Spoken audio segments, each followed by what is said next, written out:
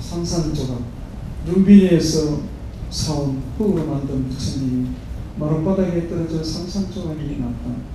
팔은 팔대로 다리는 다리대로 목은 목대로 발가락은 발가락대로 산산조각이나 얼른 허리를 굽히고 서랍 속에 넣어두었던 순간적을 꺼내 붙였다. 그때 늘 부서지지 않으려고 노력하는 불쌍한 내 머리를 다정히 쓰다듬어 주시면서 부처님이 말씀하셨다. 산산조각이 나면 산산조각을 얻을 수 있지. 산산조각이 나면 산산조각으로 살아갈 수 있지. 제가 이 시를 어떻게 쓰게 됐을까요? 내 인생이 산산조각이 났구나, 그런 생각이 들었을 때 이 시를 생각하게 되었습니다. 근데 늘 그런 별게 없는 거예요. 그래서 부처님 태어나신 곳이 너무 삭막하다, 뭐 큰 기념물이 없다, 그 자체가 물론 존경한 거지만 그런 생각 바닥이나 이런 시멘트 바닥을 노래한 시는 아닙니다. 물론 이 시도 내 인생의 바닥에 대해서 생각해 본 시예요. 물론 이 시도 아까 산산조각처럼 내 인생이 바닥에 굴러 떨어졌구나, 이렇게 생각되었을 때 생각해 본 시입니다. 아까도 말씀드렸지만 누구 인생이든지 바닥에 굴러 떨어지는 그런 순간이 있습니다. 아직 없으신 분은 기다리시면 됩니다. 젊으신 분들은 정말 없을 거예요. 근데 저는 그렇게 이해하면서도 그래도 내 인생에 바닥이 왜 존재하는지, 내가 없다고 생각하면 바닥이 존재하지 않는 건데 왜 나는 바닥이 자꾸 존재한다고 생각하는가? 왜 내가 불행하다고 생각하는가? 내 인생에는 왜 불행이 존재한다고 생각하는가? 그런 생각이 자꾸 드는 거예요. 그래서 그래도 당신의 인생에 바닥이 존재한다고 생각한다면 이 시의 마지막 구절, 그냥 딛고 일어서라고 바닥은 존재하는 거다, 그런 이야기를 저한테 해주더라고요. 그래서 그냥 그 사람의 이야기를 이렇게 시의 그릇에 한번 옮긴 겁니다. 그래서 저는 그냥 바닥을 딛고 일어서라고 바닥은 존재한다는 것은, 이러한 것은 제가 생각할 때는 그냥 희망을 잃지 말아라, 우리가 살면서, 그런 의미라고 제 스스로 소박하게 생각합니다. 왜냐하면 인간이 저지르는 죄악 중에서 가장 큰 죄악이 뭔지 아십니까? 그것은 희망을 잃는 것입니다. 절대자는 인간이 저지르는 모든 잘못을 어지간하면 다 용서해 준답니다. 그러니까 어지간하면 우리가 잘못을 많이 저질러도 됩니다. 그런데 결코 용서해 주지 않는 것이 하나 있답니다. 그것은 바로 희망을 잃는 것, 스스로 절망에 빠지는 것은 신이 결코 용서해 주지 않는다고 합니다. 그래서 저는 김치독 같은 독 2개에다가 질을 각각 한 마리씩 넣어 놓고요, 하나의 독은 뚜껑을 탁 닫아버리는 거예요. 빛을 차단해버리고, 또 하나의 독 속에는 독은 한 줄기 빛이 스며들도록 그렇게 해놨어요. 그러면 어느 독 속에 든 지가 몇 배를 더 오래 살았을까요?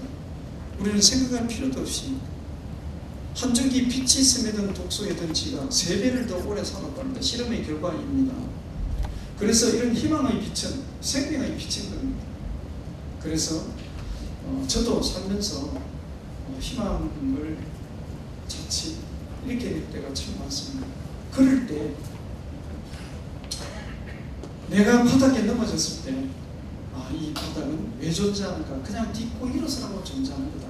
그렇게 이 바닥이라는 존재를 저는 긍정적으로 감사하게 생각하기 시작했습니다. 어느 인생의 시점에서부터. 왜냐하면 내가 바닥에 굴러 떨어졌을 때 바닥이 없으면 어떻게 됩니까? 바닥이 없으면 제가 더 깊은 어둠의 심연 속으로 빠져들겠죠. 바닥이 나를 받쳐주잖아요. 그 바닥을 딛고 일어서는. 그러니까 바닥은 참 감사한 존재라는 생각이 드는 거예요. 우리가 고려시대 때 진울 스님께서 이런 말씀을 우리에게 남기셨어요. 우리가 다 아는 이야기지만 땅 위에 넘어진 자는 그 땅을 짚고 일어나라, 그런 말씀 하셨는데요, 저는 땅을 짚고 일어나는 사람이 그렇게 부러웠습니다. 왜냐하면 저는 넘어질 때마다 꼭 물 위에 넘어지거든요. 그럼 제가 뭘 짚고 일어나야 됩니까? 물을 짚고 일어나야 되잖아요. 그러면 얼마나 어렵습니까? 힘들고 자꾸 빠지니까. 그래서 땅을 짚고 일어나는 사람이 부럽더라고요. 그래도 저는 일어나고 나서 어떤 생각이 드느냐면, 내가 물의 바닥이라도 짚고 일어날 수 있어서 감사하다, 다행이다 이런 생각이 들더라고요. 그래서요, 사실은 모든 인생은 다 바닥에서부터 시작됩니다. 바닥이 없는 인생은 없습니다. 혹시 내 인생의 바닥의 존재에 대해서 혹시 원망과 어떤 그런 바닥에 대해서 부정적으로 생각하시는 분이 있으면 한번 긍정적으로 생각하시는 필요가 있지 않습니까? 혹시 여러분들이 등산하실 때 정상에서부터 등산하시는 분 계십니까? 정상에서부터 등산하는 사람 없습니다. 산의 밑바닥에서부터 걸어서 올라가면서 등산합니다. 그래서 저는 이런 바닥에 대하여 이런 시를 통해서 먼저 제 자신이 제 인생에서 큰 힘과 위안을 얻었던 시가 바로 거죠. 그런데 시는 이런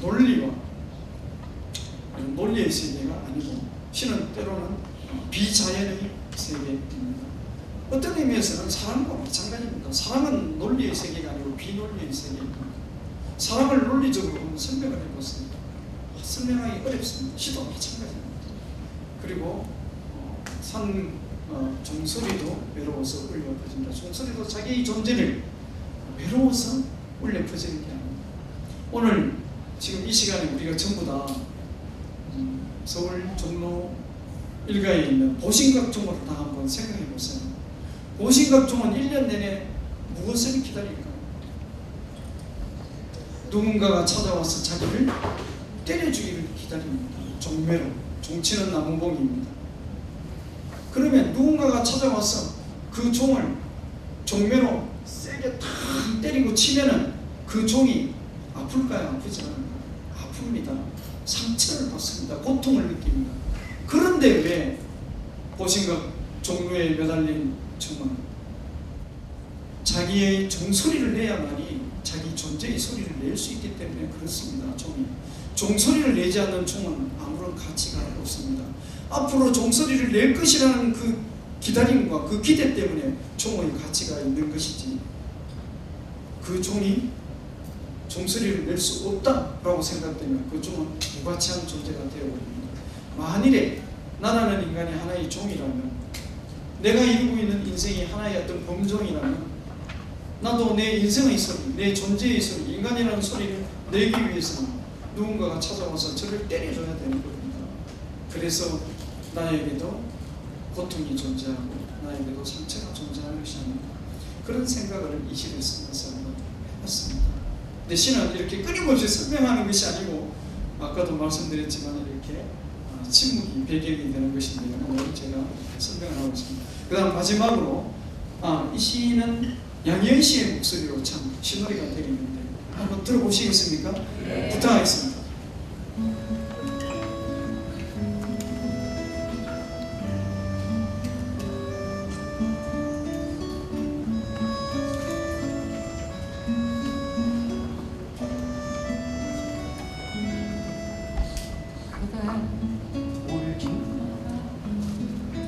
외로우니까 사랑한다는 것은 외로움 견디는 운명이 오지 않는 전화를 기다리지.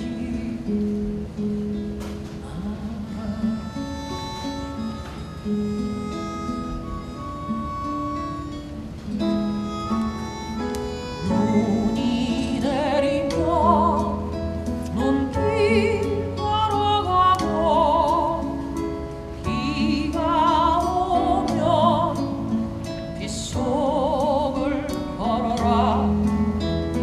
갈대숲 속에 가슴 검은 고요새도 너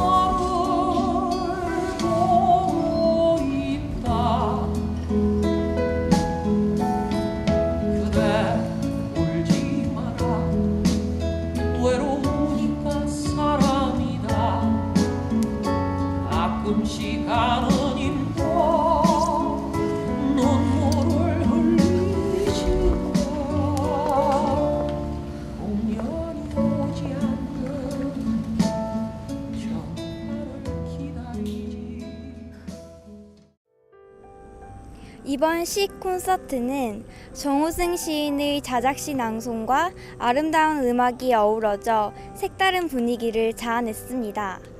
어렵고 멀게만 느껴졌던 시, 오늘 좀 더 가까워진 것 같지 않으신가요? 그럼 지금까지 디보이스 양현주였습니다.